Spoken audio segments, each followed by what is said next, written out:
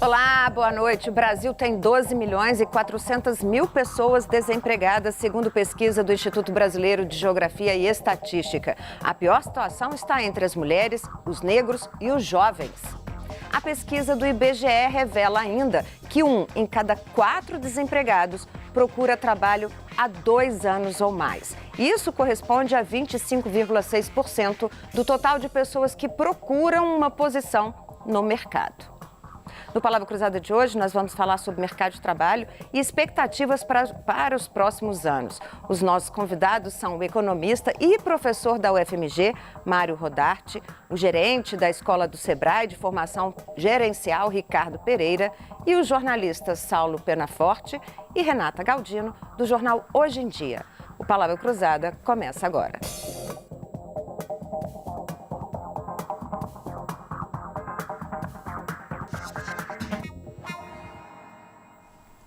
Gente, boa noite, né? Muito obrigada aí pela participação. Vamos começar com esses números gigantescos, ou seja, mais de 12 milhões de pessoas sem emprego há muito tempo. Pois é. Como é que você analisa este cenário, Mário?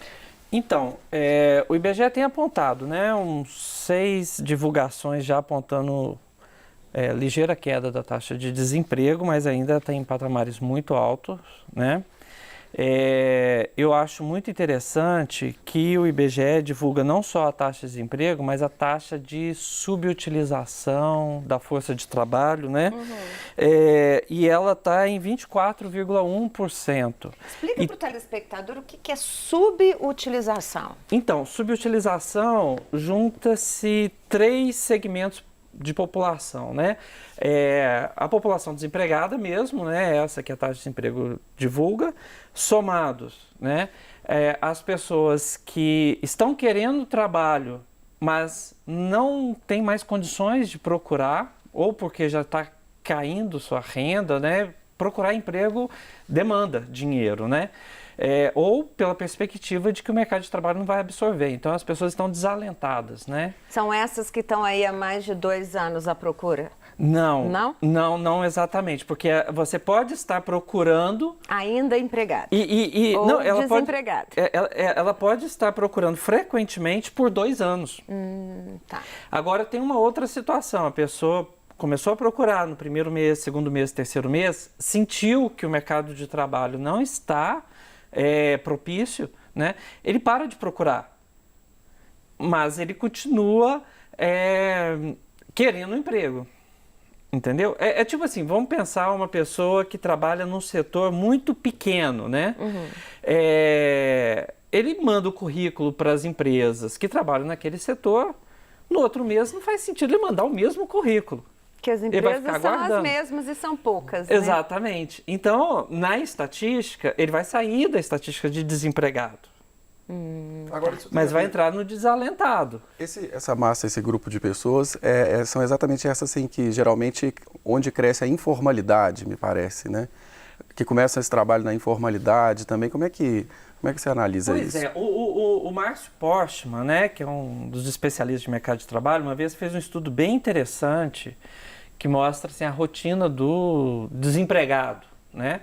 O desempregado, ele tem que pegar o ônibus, né, para fazer as suas buscas, né? Tem que imprimir currículo, vai gastar horas em entrevistas, né, deslocando de um lugar para outro. A jornada de trabalho de uma pessoa desempregada muitas vezes é maior do que de uma pessoa ocupada. E o dinheiro que ela gasta muitas vezes é maior do que uma pessoa ocupada. Então, isso é complicado. Então, assim, tem um aspecto na pesquisa de emprego e desemprego, aquela feita pelo DIEESE e o SEAD, ele tem uma questão que é muito interessante, assim, quais as formas que o desempregado tem de se abastecer de dinheiro, né? Então, assim, então o que a gente observa? No primeiro mês, alguns casos são um desligamento em que teve a negociação, teve o FGTS, né? Ele vai ter todos esses recursos, mais o seguro-desemprego, né? Isso, aí durante 3 meses, mais ou menos, ele está mais ou menos... Ele se garante. Uma situação confortável. Mas para fazer frente a esse gasto, né, Sim. que ele vai ter nas procuras, né? Então, assim, o cruel da situação é que a gente vê que mês a mês vão se escasseando essas rendas, né? E aí ele vai se depender mais da renda das famílias, é mais por laços de solidariedade que ele vai se valer, né? Como é que você vê isso, Ricardo? Aí eu consigo perceber que é um número muito grande, né? São quase 3 milhões de pessoas desempregadas, tem um aspecto da informalidade, mas eu também consigo enxergar que as relações de trabalho estão mudando, né? Eu não acredito que daqui 15, 20 anos, esse jovem que está aí, ele tem essa mesma vontade ou até as relações de emprego vão mudar. Eu não sei se vai continuar a carteira de trabalho. Então, emprego não tem para todo mundo, mas trabalho tem. Então, essa perspectiva que a gente vê lá no Sebrae, às vezes, não só na informalidade, mas também em novos negócios que estão surgindo. Como a estatística mostra ali, vários jovens e negros com um percentual alto de desempregado, ele tem que buscar informação, tem que buscar se capacitar. Porque tem um novo modelo de negócio surgindo, que são os modelos das startups, o modelo de conhecimento, de informação no mundo globalizado. E o Brasil ainda a gente está numa busca constante somente do título universitário, que às vezes não passa de um título, né? E aí empresas hoje estão contratando que era a pessoa que resolva problema, que saiba falar em público, que saiba trabalhar em equipe. Escola nenhuma ensina isso, né? Ou seja, então, daqui a um tempo, ou hoje ainda, o diploma já não basta, já não é necessário. O que é necessário hoje? Acho que são duas coisas, assim. O diploma por si só, ele não resolve. O diploma acompanhado de conhecimento e ação, atividade, busca de resultado, ele resolve. Porque se a gente comparar a nossa economia com os países mais ricos do mundo ou da Europa, mais de 60% lá tem um curso técnico. A relação de trabalho lá é diferenciada. Então, esse jovem que está chegando agora, a gente trabalha muito com jovem, a gente tem um laboratório que trabalha com esse jovem, tanto no ensino médio ou pós-médio, que é em relação ao curso técnico, ele não tem mais a perspectiva de entrar numa empresa e ficar 30 anos. Ele não consegue essa perspectiva e nem o sonho de ter uma casa própria, de ter um carro, os sonhos estão mudando. Então, isso implica também numa relação de trabalho diferente. Você consegue enxergar jovens hoje com 3 profissões ao mesmo tempo. O que é isso? Ele tira foto à noite no evento, ele dirige Uber de manhã e ele está numa outra atividade à tarde. É comum isso. Não é de forma tão espontânea e clara. Mas por que isso? Porque talvez ele não consiga trabalho, ele não consiga emprego nas formas normais. Mas aí está dentro do que o Mário estava explicando. Exatamente. Então, assim, é uma situação muito complicada isso. Eu acho que o brasileiro e o próprio país não tem ainda uma cultura, por exemplo, para todo mundo ser empreendedor. As pessoas querem segurança também, não é? Para algumas pessoas sim. Para quem tem nisso? Porque eu acho que as pessoas têm muito medo ainda, não tem? A gente ainda vive numa economia de necessidades, né? E aí, quando a gente trabalha muito com empreendedorismo, a gente tem que entender que o empreendedor não é só aquele que abre um negócio. Sim. A pessoa tem que empreender na vida. Então, o que a gente faz no Sebrae é formar o cidadão empreendedor. Às vezes, a gente tem um projeto social que a gente atua com alunos que vêm de escola pública. A gente atende 330 alunos ano que vêm de escola pública, totalmente gratuito, dá uma formação técnica para ele. Às vezes, a janela do conhecimento dele amplia. Então, a gente tem exemplo lá de pessoas que estavam desempregadas, que hoje tem o e-commerce, que já vendeu para 18 estados do país. Então, são coisas que ele só fez isso através do conhecimento. É a nova economia. Tem pessoas que estão empreendendo socialmente. Então, conseguem empreender socialmente, mas também ganhar dinheiro, buscar parceiros, buscar fundações que apoiam. Existe um leque novo, né, dentro da economia criativa e dentro de outros fatores ligados à tecnologia, que esse jovem, eu não falo não só o jovem de idade, porque a gente define lá que o jovem é aquele, não é de idade, sim aquele é o modo de vida, né, e tem que buscar novos conhecimentos para agregar. A gente tem que entender que a gente está vivendo uma era que a gente tem que estudar a vida inteira. Sim, mas isso acho que em qualquer circunstância, né? Se a gente tem um conhecimento e diferenciado, eu acho que a gente consegue, né, modificar as nossas relações. Agora, né? quando a Maria Amélia falou, inclusive, da cultura, a gente tem uma cultura. Hoje, eu tenho 37 anos de idade e venho de uma cultura. Meus pais, eles buscavam sempre a segurança. Meu pai, ele morreu tem 15 anos, vai fazer 15 anos, e ele morreu numa empresa, trabalhando na mesma empresa a vida inteira. Então, a gente meio que adquiriu isso.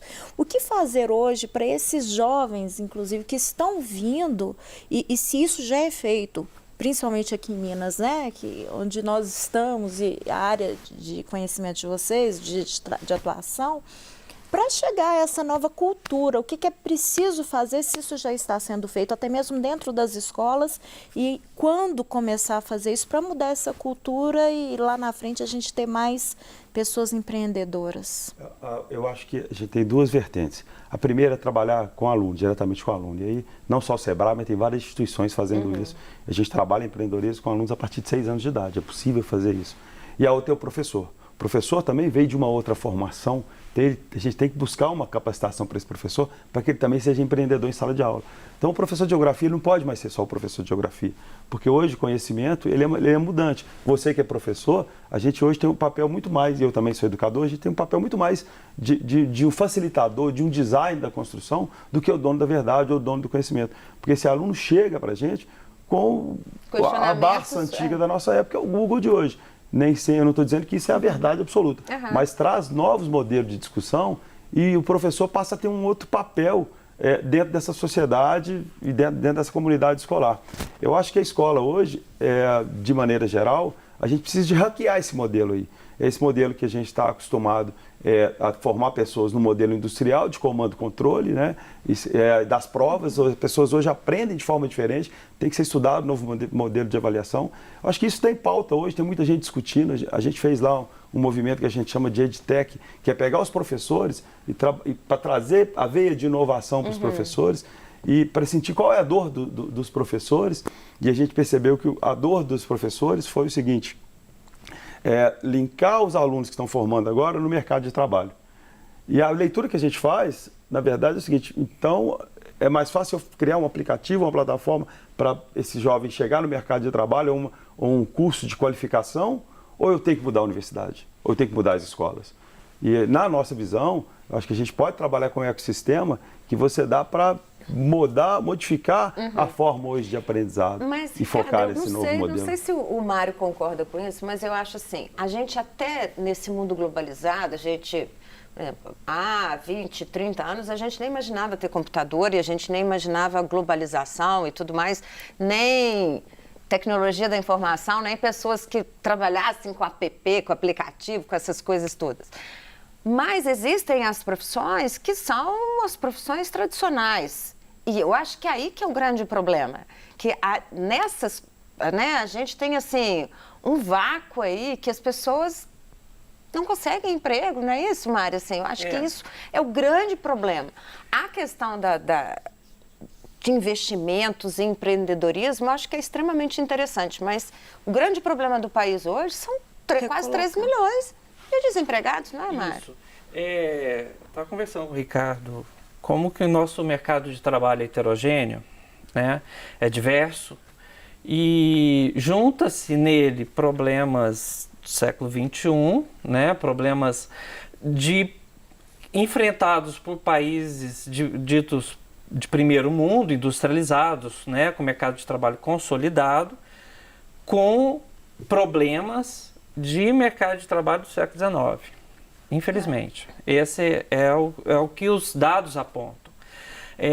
O primeiro ponto que eu acho que ilustra bem essa questão assim, de problemas do primeiro mundo chegando aqui é esse desemprego de longa duração. Porque esse desemprego de longa duração, ele, curiosamente, ele não tende a atingir segmentos que têm taxas de desemprego grandes. Então, como, por exemplo, taxa de desemprego de 16 a 24 anos. Na região metropolitana de Salvador, ela chega a ser 50%. Quer dizer, para um público que está saindo do ensino médio e da universidade. Temos o mercado de trabalho fechado para metade dos trabalhadores. Isso foi dados de outubro agora, pelo DIEESE, né, da PED.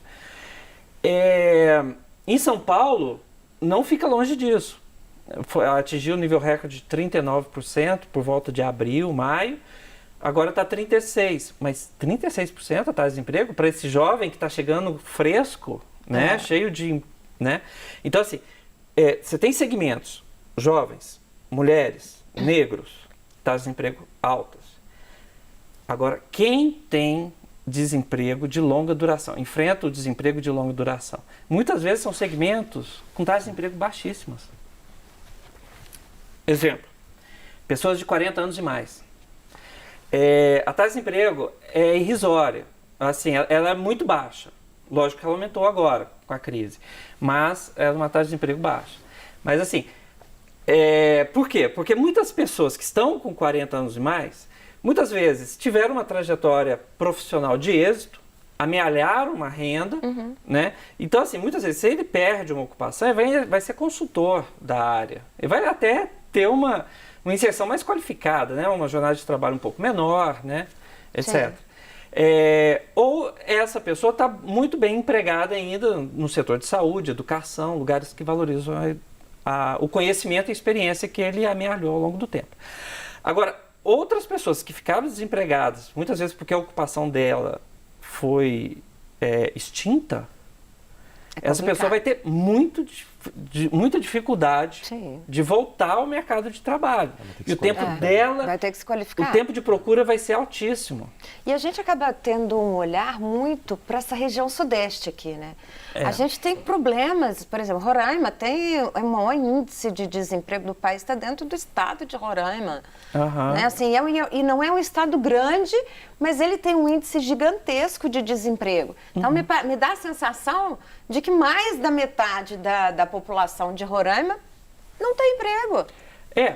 Aí vai das particularidades de cada lugar. Pois a gente não conhece as realidades, mas eu acho que mesmo assim, para dentro de um estado, e um estado pequeno, que não tem a dimensão de Minas Gerais, é muito. Sim. Como a média de vida do brasileiro está aumentando, né? Cada vez mais pessoas acima de 60 anos, essa questão que você disse, ela é de fato muito interessante, muito preocupante mesmo, né? Porque a quantidade de pessoas que buscam uma recolocação no mercado de trabalho ou mesmo uma colocação nessa faixa etária, parece que ainda temos um número muito grande, né? Muito elevado e não sei se por questões culturais, acho que você pode comentar, elas ainda enfrentam alguma dificuldade. E tem um lado, eu acho, assim, mais dramático, é que pessoas de 40 anos e mais, né? Elas têm uma posição na inserção familiar de relevo. Muitas vezes ele é o arrimo da família. Exatamente. Né? E aí, muitas vezes o desemprego dele gera problemas em cascata. Porque se ele está desempregado, as pessoas que estavam estudando, os jovens que estavam lá preparando para a qualificação, coisa, né? vão ter que ir para o mercado de trabalho que já não está absorvendo o pai, né, ou a mãe. E aí, mais pressão sobre o mercado de trabalho. Mas, assim, um outro aspecto que eu ainda não comentei e que eu acho muito importante é que o tempo de procura é alto entre os mais escolarizados, entre os mais capacitados. Gera... Sim, causa espécie uma coisa dessa, né? né? De pessoas que são bem capacitadas, que têm vários cursos e que ficaram desempregadas, assim, e que foram procurar... não, a gente não pode te dar emprego porque você é qualificado demais. Então, assim, no mínimo você teria que ocupar o meu lugar. Mas quem sabe quanto que aquela pessoa quer ganhar e o que aquela pessoa quer fazer? O que fazer? Sabe, assim, principalmente para essas pessoas que são mais capacitadas e qualificadas e que perdem, e que já chegaram numa certa etapa da vida, que eu acho que não é só o trabalho em si. Não é o dinheiro, na realidade não é a remuneração. Mas eu estar fazendo alguma coisa para passar o meu conhecimento para o outro. Mas aí quem está contratando fica com medo de perder o lugar para aquela pessoa, porque ela é qualificada demais. Tem, eu acho que uns dilemas aí do setor de RH, né? Nesses períodos de crise, né? Porque assim, por um lado, para uma economia de RH vai ser o seguinte, você tem boas pessoas, o menor preço. Né? Exato, você tem um monte de pessoas procurando emprego. Então, assim, você bota as exigências lá em cima, que aí já faz uma pré-seleção. Do outro lado, também tem uma outra questão. Você vai colocar um camarada muito qualificado para exercer uma ocupação, Daqui a pouco ele vai dar tchau se ele encontrar outro emprego. É a perspectiva também do empregador, né? Então, assim, do recurso humano. vale a pena, então, contratar esse hiperqualificado, né? Se não tem perspectiva para ele, né, de transição para aquele posto que ele almeja, né? Então, é outro receio. Mas o fato e as estatísticas têm apontado, né? Por isso que é um problema de primeiro mundo, assim, que geralmente tem uma mão de obra mais escolarizada, né? Eles têm um tempo de procura maior. Agora, por outro lado, eu acho que isso é um indicador claro de que, e aí passa pela economia, de que talvez o Brasil não esteja gerando, né? Talvez não, certamente, os postos de trabalho com melhor qualidade. Devidos, né? Aí entra dois problemas, né? Essa é uma questão, né? Assim, será que estamos num processo de industrialização interessante, que vai gerar setores, né, postos de trabalho na indústria, nos serviços, que realmente faça uso dessa capacitação que as pessoas estão tendo, né? É uma questão. Só que também tem uma outra, que é própria mesmo de economias que não estão em crise. O mercado de trabalho é dinâmico. Né, inovação tecnológica, tal. Então, assim, algumas ocupações são destruídas, outras são criadas, né? O camarada foi capacitado para um determinado posto e esse posto se vê destruído. Então, assim, até para uma pessoa escolarizada migrar daquela ocupação para outra, ele precisa de mais qualificação. Sim. Então, assim, aí vem o paroxismo, né? Um problema trazido pela qualificação, qual que é a solução? É mais qualificação. Para ele poder se remanejar. E ainda tem um outro agravante, tem um pouco de resistência. Alguns setores mais conservadores, a gente nota uma certa resistência em reconhecer as mudanças tecnológicas, né? O impacto que elas trazem no mercado produtivo, no setor de serviços. Só citar um exemplo de um problema que está assim, quicando, não chegou ainda, tá? Mas, veja bem, pegar os Estados Unidos, tá? Um pouco distante a realidade. Uma grande parte da força de trabalho, me fugiu aqui a percentagem, mas assim, estão relacionados a transporte de pessoas, de mercadorias, né? A inovação, a tecnologia 4.0 provavelmente vai trazer o carro autopilotável, né? E a Google já está fazendo testes, Uber, né? Quando essa tecnologia vir para o mercado norte-americano, tá? Como que isso vai... Onde que essas pessoas vão ser remanejadas? Absorvidas, né? Meio bem complicado isso. Existem alguns dados, né, que mostram que em 15 anos, né, mais de metade das profissões existentes deixaram de existir. Eu acho que essa mudança que está acontecendo muito rápido nesse mercado de trabalho, que a gente tem que tentar acompanhar. Porque se a gente olhar há 10 anos atrás, se eu falasse com você que um operador de drone estava ganhando aí 15 mil reais, ninguém saberia nem dizer o que é isso. O que é isso, um operador de drone. Então tem novas profissões que vão surgir, né? Um carro lá autônomo acabou de matar uma pessoa 3 meses atrás nos Estados Unidos, né? A pessoa que está formando em direito, não existe nem legislação para isso ainda. Então a gente tem que começar a entender, e as pessoas que estão... Que o universo é outro. Vamos conversar sobre isso no próximo, falar mais sobre isso no próximo bloco, e a gente volta daqui a pouquinho.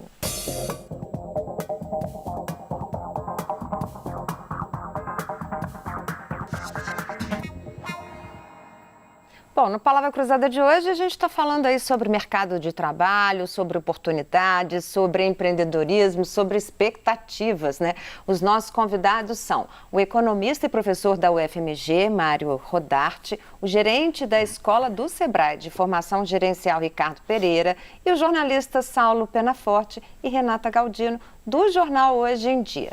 No bloco anterior a gente finalizou conversando sobre essa questão de expectativas, de novos empregos, né? Você estava falando a questão lá nos Estados Unidos de carros que são autônomos, né? Então, assim, eu acho que isso tudo é muito rápido para a gente poder acompanhar, né? O Ricardo está falando que a gente tem que se adaptar a isso e conhecer. Mas tem várias pessoas que não têm que não conseguem lidar com essa tecnologia da forma que o outro lida. Entendeu? Então, assim, a gente sabe que tem pessoas que têm uma certa resistência. A gente sabe, por exemplo, que tem gente de 80 anos que usa WhatsApp e celular e computador como se fosse um menino. Mas tem gente que não. É muito, assim, eu acho que cada um tem uma característica, né? Sim. Mas aí que tá, né? A coisa da qualificação, né? Eu acho que ela ajuda muito, né? Ter políticas que visam recapacitação da força de trabalho que está aí, né, para redirecionamento das novas áreas. Sim. Eu acho que isso é crucial. Agora tem uma discussão econômica, né, que volta e meia ela é requentada, ela tem ciclos, né, que é assim, a máquina vai substituir o homem? Isso é verdade. Questão, Muita né? gente se a máquina vai substituir, isso. Até agora, os estudos econométricos, né, assim, vamos ver quanto que dá assim, né, no preto no branco, né, estatística, né. Até agora, o que tem se mostrado é que a tecnologia ela é ambígua no sentido de geração de postos de trabalho. Isso porque em alguns setores, em alguns determinados momentos, ele gera emprego, em outros tem queda, né. Então, assim, pensa, um setor, né, que inova tecnologicamente. Vamos pegar uma siderurgia, tipo os de Minas, né? Ela tinha um nível de contrato de pessoas, né? Eu acho que na base de 9 mil, cai para 3 mil, né? Cadê essas pessoas, né? Bom, o aço mais barato, ele vai possibilitar o surgimento de outras atividades, né, que vai absorver pessoas que tinham aquele conhecimento. Sim. Né? Então, assim, por isso que ela é ambígua. Ela tem momentos em que reduz né, o nível de emprego, mas tem impactos em outros setores que vai absorver mão de obra. É verdade. Eu acho que a gente tem, tirando assim, essas questões de programas que existem com o Sebrae, que a gente reconhece, né, ao longo de todos esses anos, os projetos que são desenvolvidos lá, a gente tem problemas sérios em questões de políticas trabalhistas, né? Inclusive, a reforma ela veio com essa alegação de que haveria queda nos índices de desemprego. Exatamente. E a gente aí? não vê isso. A gente não vê. Aí entra, eu acho que outra questão importante, que até foi estudado por um economista da escola austríaca assim, de muito tempo, o Schumpeter, né? Ele é o economista que estudava inovação tecnológica, e ele colocava coisa assim, ele é muito otimista nessa questão da inovação, mas ele coloca alguns pontos assim que são sinais amarelos ou sinal vermelhos, do tipo assim, a assimilação de uma nova tecnologia, às vezes pode gerar crise. Exatamente. Porque, vamos supor, que se uma determinada tecnologia gera um nível de desemprego tal, momentâneo, aquilo vai gerar um pessimismo entre os empreendedores. Assim, cadê o mercado de trabalho? Tá, tudo bem, nós empregamos todos os motoristas, né, com os carros autodirigíveis. E isso vai se sentir no mercado consumidor, né? Diminui o investimento com isso, né? Se você não vai botar mais produto, fabricar mais produtos, se você não tem mercado. Então aí você começa a ter uma espiral de crise. Tem esses elementos. Então, assim, é preciso de regulação também. É verdade. Né? Mas então, assim, a ideia muitas vezes é diminuir jornada de trabalho não é só num isso momento que vai desses, resolver. né? E zelar por políticas de manutenção, de remuneração, para você manter o mercado consumidor, senão o tiro vai sair pela culatra. Você faz uma inovação que vai demitir, né, que vai baratear, mas você não tem o mercado consumidor do outro lado. Complicado, né? Como é que você analisa, eu percebo Ricardo? assim, primeiro, eu acho que a tecnologia é uma ferramenta, ela vem para ajudar. Sim. A quantidade de pessoas hoje que tem o celular, o smartphone, independente da classe social, ela vem para ajudar. O que não pode ter é uma dependência, né? Então a gente pode falar, eu acho que ela é inclusiva, porque tem pessoas de 80, 70 anos e os mais jovens têm que compreender. Então, para muitos jovens hoje, que o inglês é necessário, né? Para daqui 5 anos ele tem que entender de programação e lógica, que seja o básico. Né? Então, esse jovem que gosta muito do software, ele tem que entender um pouquinho de hardware. E tem muita coisa de graça. Tem muita coisa na internet de graça. O MIT disponibiliza várias aulas, você pode formar em engenharia sem o título, você tem todas as aulas lá. né? Então, assim, a gente tem que começar a usar a ferramenta, a tecnologia, como um fator positivo, né? Porque quando eu nasci, o vaso era uma tecnologia. Então, significa que as mudanças sempre existiram. Sim. Hoje, o jovem entra, quando ele vem com o smartphone na mão, ele nasceu já com outro formato. Eu sou da época que a turma tinha que fazer curso de datilografia. Eu né? também. Então, são coisas que a mudança sempre existiu.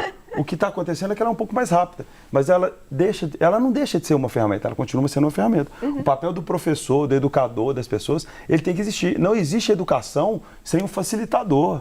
Não dá para você trabalhar com comportamentos empreendedores sem falar de relacionamento, sem falar de possibilidades de negócio, mas que tem que ser...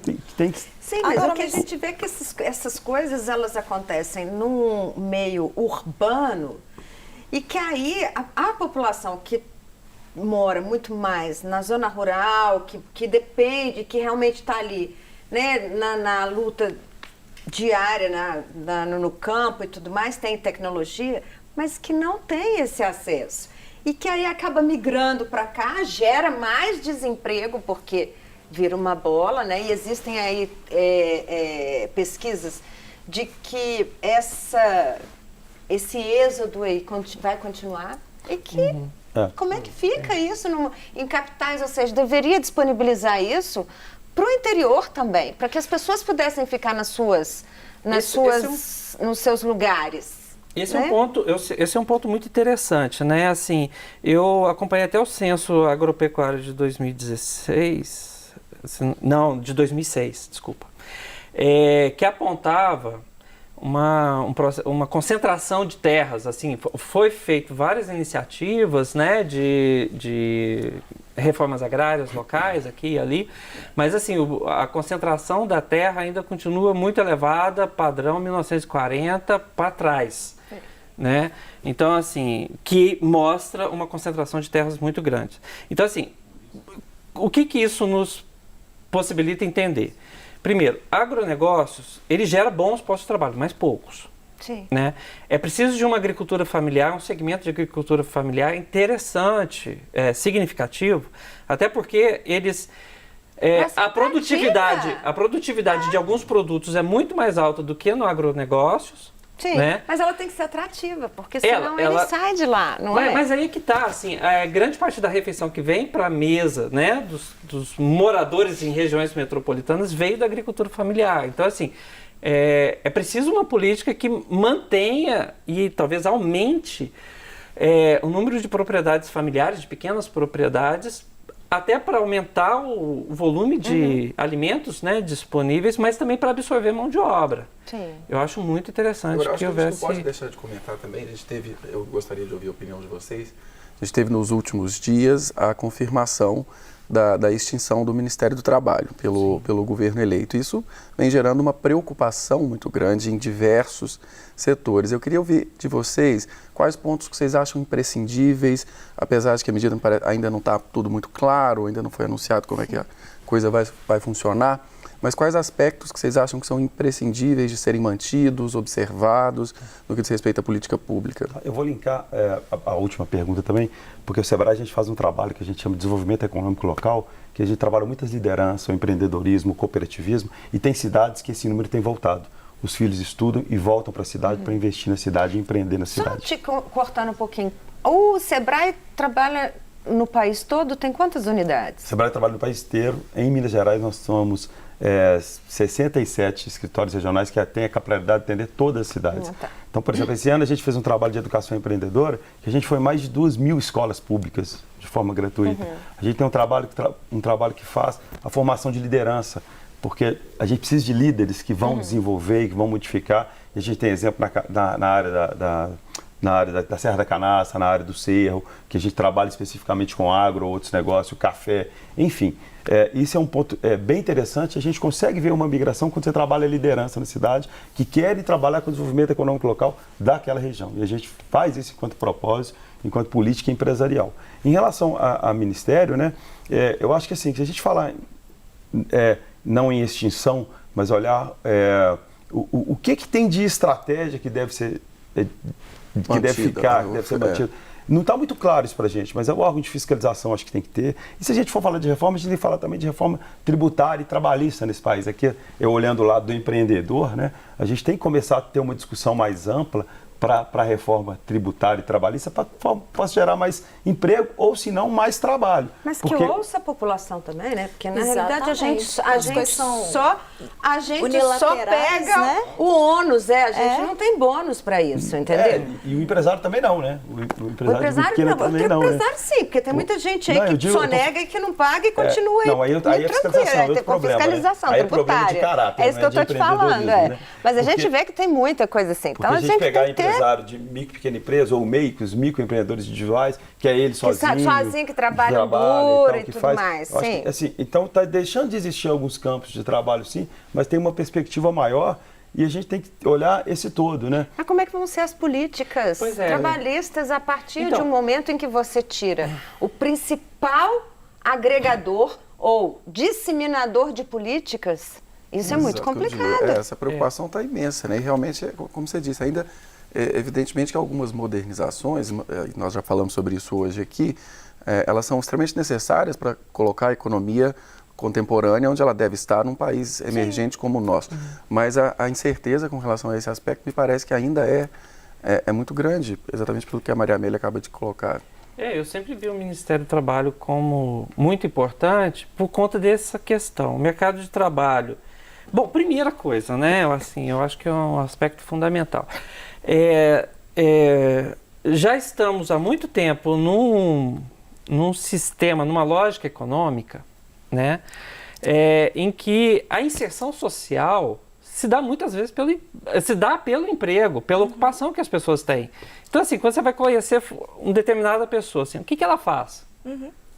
Então, isso é central no bem-estar da população. Né?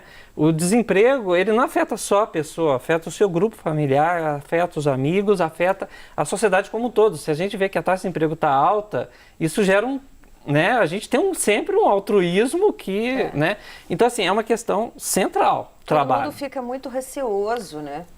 E sabemos que uma parcela significativa da população não pode se autoempregar da noite para o dia, né?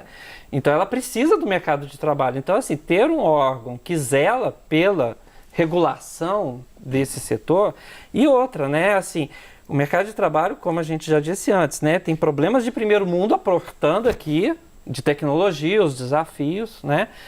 E problemas de século XIX, trabalho escravo, né? Aí tem a questão da fiscalização, tem a questão da regulação. Assim, poxa... Temos que trabalhar todos, então vamos ver a questão da jornada de trabalho. Faz sentido? Mas se hoje a gente já tem aí quase uma legião de desempregados, são 13 milhões de desempregados no país, sem um órgão que regulamente, que dê um norte, ou que assim, te dê perspectivas de geração de emprego. Porque a gente vê que hoje em dia, com tudo que a gente tem, já é complicado, imagina quando não tem, né? A Maria Amélia, na semana passada, eu estava numa audiência e conversando com alguns advogados.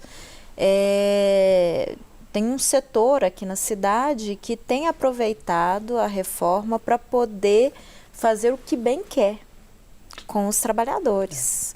Ou seja, é um setor importante, bem importante, e na verdade fez uma dispensa grande, a revelia mesmo, se embasando na nova lei trabalhista. Que é um problema, né? Exatamente. Inclusive, esses dois advogados com os quais eu estava conversando, falou, olha, o empresariado, inclusive, está sem saber o que é realmente essa lei, a nova lei, está usando ela até de forma errada, ou seja, quem vai fiscalizar? Porque com o Ministério, com a fiscalização agora, já acontece É verdade. E depois? É evidente que é tudo muito recente ainda, né? Nós não sabemos exatamente as questões. Ainda. A claro reforma que trabalhista não, ela já está aí há algum tempo, exato. a falta de um E não ministério, gerou os resultados que nós esperávamos, que eram esperados, né? Então, assim, Exatamente. quando a economia vai bem, evidentemente que puxa todos os setores e não cabe mais questionamento, porque a sociedade como um todo caminha nesse sentido. Sim. Agora, se não gerar isso, nós perceberemos de maneira muito rápida os resultados que o país precisa frente a essa legião, realmente a situação ficará muito difícil. Né? Interessante que eu acho o seguinte, olha só, nessa questão do investimento, né, de facilitamento para os negócios, né, o que nós observamos, né, 2016 foi um ano crítico, né, o PIB caiu, né, e o que a gente tem? Que a taxa de investimento, que é o percentual, né, do PIB voltado para investimento, manteve-se em 16, no patamar de 16%. Então, assim, é até normal de pensar, porque, assim, o que acontece? A gente tem uma regra de dedo, né? Se essa taxa de investimento está acima de 20%, a gente pode pensar que é um país que vai crescer muito. Sabe? Não chega a ser China, mas vai crescer. Mesmo a China caiu, tá agora com um crescimento de 6%. Sim. Mas assim, se a taxa de investimento sobe para cima dos níveis de 20%, é sinal que equipamentos estão sendo comprados, novas plantas industriais, quer dizer, a coisa vai para frente, né? Mas enfim, está abaixo, né? Tivemos esses momentos de reformas, né? E a notícia que nós tivemos, né, o segundo trimestre de 2018, a taxa se mantém em 16,08, caiu em relação a 2016. Então, quer dizer que essa reforma ainda não impactou no mundo dos negócios suficientemente para termos indicadores chaves apontando para a recuperação. Mas eu acho que assim, a gente tem, é difícil, né, eu acho que até mesmo para os empregados e para os empregadores. Né? Assim, Sim, eles não certeza. têm ainda, como a própria Renata falou, assim, acho que as pessoas ainda não têm muita noção. Tem muita gente que quer contratar por 1 hora, por 2 horas, que é essa nova modalidade de contratação aí, mas que muita gente tem, que não consegue entender como que você vai... Como que vai se dar isso? Assim, como que legalmente você... É um cenário de incerteza. É um cenário difícil Eu demais. acho que entra agora, né, Ricardo, até aquela preparação até dos novos advogados para o que está vindo, né? A especialização, a nova formação, entrando também dentro das faculdades, né, pegando, até mesmo dentro do jornalismo, né, Maria Amélia? Acho que as próprias faculdades vão mudando Tem que inovar. Tem que inovar a grade, buscando o que está vindo, né? Porque a formação. senão não tem jeito, né? O que eu percebo assim, no mercado pleno, quando você tem essa possibilidade da terceirização, aí sim você traz pessoas que estão na informalidade ou como fazer um complemento de renda, né? Eu fui empresário e eu tive um negócio de varejo e eu quebrei, né? E quando você olha os motivos, foram vários, mas eu não estava à frente do negócio. Mas a alta carga tributária é algo excessivamente alto para a gente ver. E a gente tem que avaliar também os aspectos culturais, né? Assim como tem as bonificações, tem o lado ruim também, de pessoas que quando complementam o tempo para receber o seguro-desemprego, pede para mandar embora, é um excelente funcionário. E começa a fazer coisas para forçar você a mandar ele embora também, porque a legislação permite ele ficar um tempo no seguro-desemprego. E aí a gente não volta na legislação, mas volta na cultura das pessoas e nessa perspectiva da gente gerar emprego, gerar valor. Isso é muito complicado. E aí você falando da universidade, eu acho que tudo começa na educação. A gente quer mudar uma cultura desse país, a gente tem que começar pela educação. É verdade. Vamos falar sobre isso no próximo bloco, a gente volta daqui a pouquinho.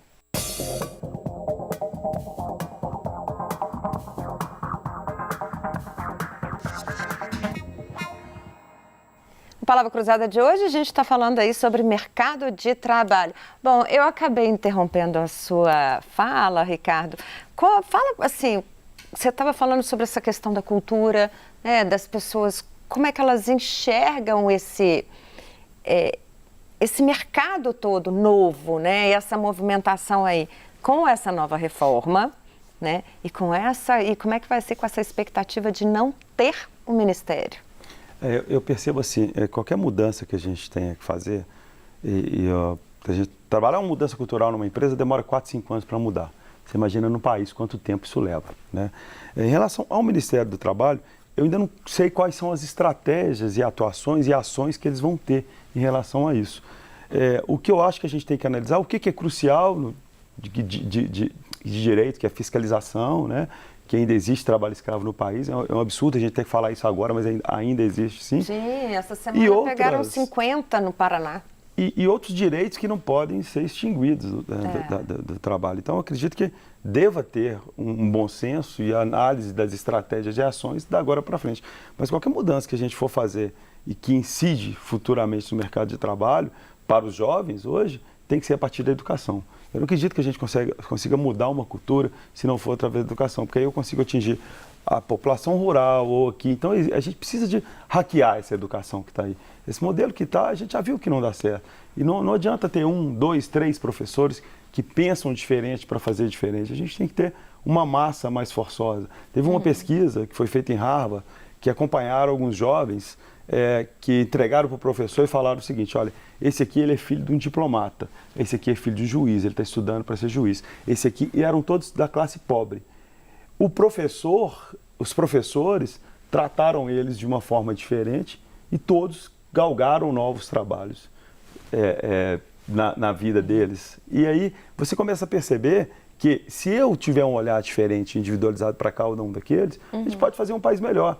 E eu acho assim, a grande massa que entra na escola pública, que entra no ensino básico, que poucos chegam, acho que 13% chegam ao ensino superior, eu acho que o caminho é aí, tem uma massa aí, né? E você pegar jovem hoje do ensino médio, a quantidade de jovem do ensino médio que está fora do ensino médio porque não sabe o que vai fazer da vida, ou porque na cidade que ele mora não tem emprego. Sim. Então a gente tem que trabalhar com essa massa aí. Mas é complicado num país que tem uma desigualdade social tão grande quanto o Brasil. Eu tenho, ainda sobre essas questões culturais que a gente está falando, de quanto elas são difíceis de serem transformadas, eu vi um estudo recente do Fórum Econômico Mundial que mostra que a igualdade de salários entre homens e mulheres, ela só vai começar a equiparar, na verdade, em 2095. Nossa, a gente nem vai estar aqui. E veja bem, e no recorte do Brasil, na América Latina mesmo, a situação é gravíssima ainda também. É um dos países onde essa maior desigualdade ainda existe. Ou seja, exatamente essa questão cultural, que é dificílima de ser equacionada, né? É porque as pessoas ainda têm aquela coisa de que a mulher, né, tinha que ficar em casa, só que isso já mudou há muito tempo. Exato, e há uma resistência de diversos setores. Esse é um fator de preocupação, eu acho assim, tem que estar na agenda, a questão da igualdade de gênero, né? E assim, os dados ainda são mais gritantes, né, ao apontar essa desigualdade, porque quando a gente começa a ver o perfil, como que é o homem em média e a mulher em média? A mulher é mais escolarizada que o homem. E com desempenho mais alto em vários momentos. De escolaridade, assim, a mulher está mais capacitada. Aí, só para citar uma das teorias que estão aí, né, é o seguinte: qual que é um dos pontos que justificam muito isso, né? Muitas vezes não é exatamente a discriminação no mercado de trabalho, que também existe. Também. Mas o que muitas vezes acontece é a relação de gênero que ainda não se modificou no seio familiar. Então, do tipo assim, o casal que forma casa, tal, marido e mulher com a mesma qualificação, né? Tacitamente, às vezes, se coloca assim, ó, você que vai cuidar mais da casa, sabe? E aí o que acontece? É silencioso, né? E a mulher já tem um plano de ter um filho. Né? É silencioso, né? E pré-determinado. E aí o que acontece? Na hora dela se candidatar para um posto na empresa dela, né, que vai ser mais qualificado, mas no entanto precisa de mais viagens, né, de uma dedicação de levar o trabalho para casa, aí ela vai meio que deixar para o marido essa função. Sabe? E então, ele não está, às vezes, preparado para isso, né? E aí já começa a ter as diferenças. Então é o que se chama de telhado de vidro. Tipo assim, nada obstrui ela fisicamente dela conquistar essa vaga. Sim. Mas os costumes ainda dentro da família ainda atribuem muito a ela essa carga. Tem uma pesquisa do IBGE que é muito interessante, que diz assim, o tempo de trabalho no lar de homens e mulheres. O que acontece, né? A gente vê perfeitamente isso. À medida que aumenta o tempo de trabalho da mulher fora de casa, vai diminuindo o tempo que ela dedica à casa. Ok. O homem não. Assim, à medida que vai diminuindo o tempo de trabalho fora, não aumenta o tempo de trabalho dentro de casa. Sim. Então, tipo assim, a mulher foi para o mercado de trabalho, o homem não foi, veio para casa. Mas é isso mesmo. Né? Talvez realidade de muitos aí, né? Que É estão nos verdade, ouvindo. a gente conhece poucas, assim, lógico que o mundo mudou muito, que a gente sabe que os homens estão muito mais colaborativos dentro de Isso. casa e tudo Agora- mais. E os que moram sozinhos também, né? Que agora tem muitos que moram só, né? Agora Mas- o ponto assim, mais cruel ainda que eu acho, né? Essa questão de gênero é muito importante, mas o outro ponto mais cruel é a questão por cor, sabe? Porque o que acontece é que a gente vê o seguinte, que os negros que têm maiores taxas de desemprego, que têm maiores taxas de subutilização, né? Eles não estão mais qualificados que os brancos, que os não negros. Né? Então, assim, existe um elemento aí de reprodução da desigualdade. Porque no caso das mulheres, elas não recebem, mas elas são mais qualificadas. Exato. No caso dos negros, eles são menos qualificados. E aí... Né? Porque eles não têm uma escolaridade, não têm uma Exato. coisa... E não têm uma oportunidade para isso Exato. também, Então, né? assim, O fato de muitas não vezes- ter uma escolaridade, não ter uma oportunidade para isso. Isso, então assim, trabalho infantil, mais negros, né? Então assim, aí ele já tem uma rotina de, até para manter a renda, ajudar a manter a renda familiar, que não capacita de estar escolarizando, ou estar nos melhores bancos escolares, aprendendo e tal, né? Consequentemente vai chegar na vida adulta mais produtiva sem condições. E quando também, às vezes, se equipara na qualificação e na escolaridade, também é subjugado, né? A gente tem que começar a aí compreender tem isso também também, porque é uma questão cultural no país, também. né? Há 100 anos atrás tinha escravo aqui ainda, né? E a gente ainda tem aí o problema do proletariado e das grandes empresas. É comum você ver no interior a cidade ou a prefeitura, que é o principal empregador, está na mesma massa há anos, na mesma família, esse poder regulador. acaba sendo um Mas, problema, de novo, né, eu volto para a escola. Acho que o que muda, né, vai mudar dentro da Escola, educação.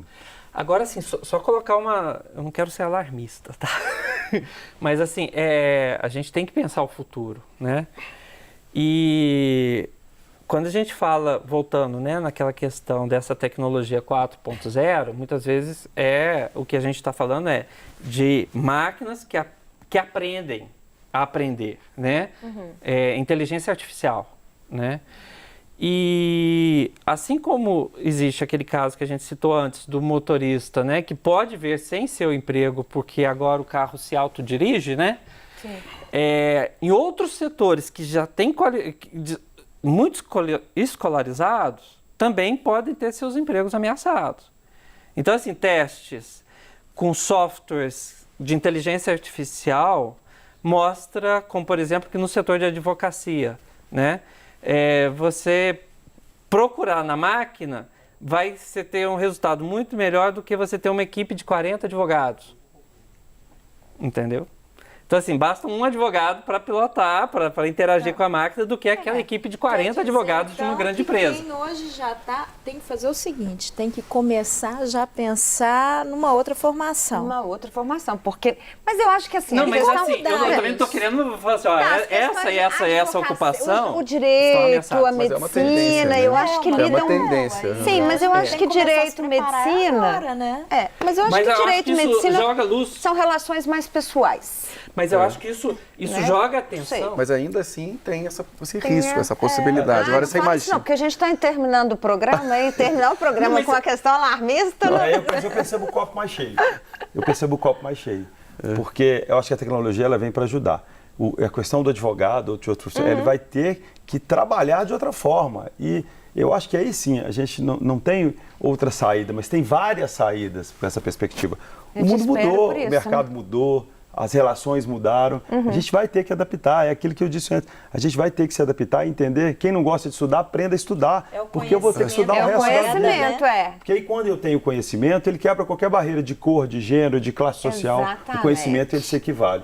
E aí sim você dá a mesma chance igualitária para todos enxergar esse mundo que está aqui agora. Pois é. Então, assim, eu vejo o copo mais cheio. Eu consigo enxergar a 30 tecnologia segundos como um para bom responder, objetivo. porque o programa acabou mesmo. É o que se chama de chá, né? Capacidade, habilidade, atitude. Ok. Mas políticas públicas para comandar essa inserção de tecnologia vai ser essencial. As políticas são Essencial, fundamentais. porque o tiro pode sair pela culatra, ou o desemprego se agravar e a economia não andar por conta disso. Bom, muito obrigada, Eu que Mário. agradeço. Muito obrigada, Ricardo. Saulo, mais uma vez aqui com a Obrigado. gente. Renata também, muito obrigada. Bom, para você que fica em casa, uma ótima quarta-feira, uma ótima semana. E a gente se encontra na semana que vem aqui no Palavra Cruzada. Tchau, tchau.